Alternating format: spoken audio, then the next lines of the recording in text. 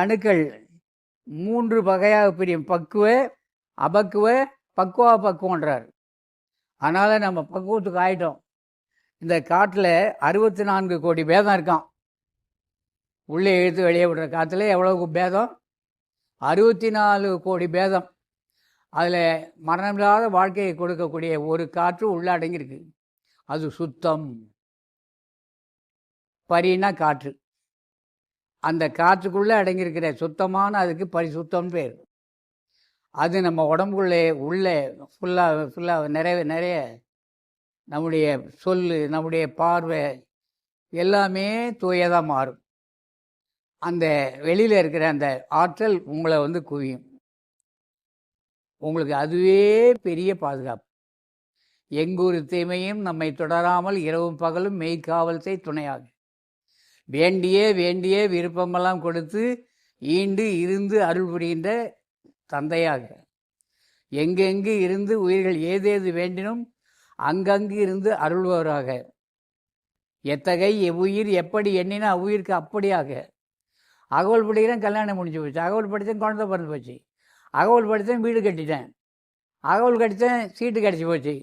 அகவல் படித்தேன், வேலை கிடச்சி போச்சு. செய்யே வள்ளலார் அகவல் படித்து மரணமில்லாத வாழ்க்கையை அடைய சொன்னார். அதை எப்போ செய்ய போகிறோம்? அகவலை பூரா மரணமில்லாத வாழ்க்கையை தான் எழுதியிருக்கிறாரு. அதை என்னைக்கு அடைகிறது? அன்பு உள்ளங்களே, நன்றாக நிமிர்ந்து உட்கார்ந்து 2 புறங்களுக்கு மத்தியில் அண்ணாக்கின் பக்கம் மேலே உச்சிக்கு கீழே கோடி சூரிய பிரகாசமுடைய ஒளி அணுவாக நான் இருக்கின்றேன். இந்த உடல் நான் அல்ல. இதை கருதி வழிபாடு செய்து வந்தால் அந்த இடத்துல தான் நமக்கு வேண்டியது அத்தனையும் இருக்குன்னு வள்ளலார் எழுதியிருக்கார். அதுதான் இந்த உடலை அழியாமல் பார்த்து கொள்ளக்கூடிய இடம். நம்முடைய சொந்த இடம் அந்த இடம்தான். நான் ஒரு ஒளி அணுவாக இருக்கின்றேன், இந்த தேகம் நான் அல்ல என்று ஒரு ஒளி அணுவாக கோடி சூரிய பிரகாசமுடைய ஒளியாக கருதி வழிபாடு செய்து வந்தால் கருத்தின் கண் கடவுளுடைய பேர் அருள் ஆற்றல் வெளிப்பட்டு விளங்கும். உங்களுக்குள்ளேயும் எனக்குள்ளேயும் வெளிப்பட்டு விளங்க புத்தகமே தேவையில்லை. விளங்க பயம் போயிடும்.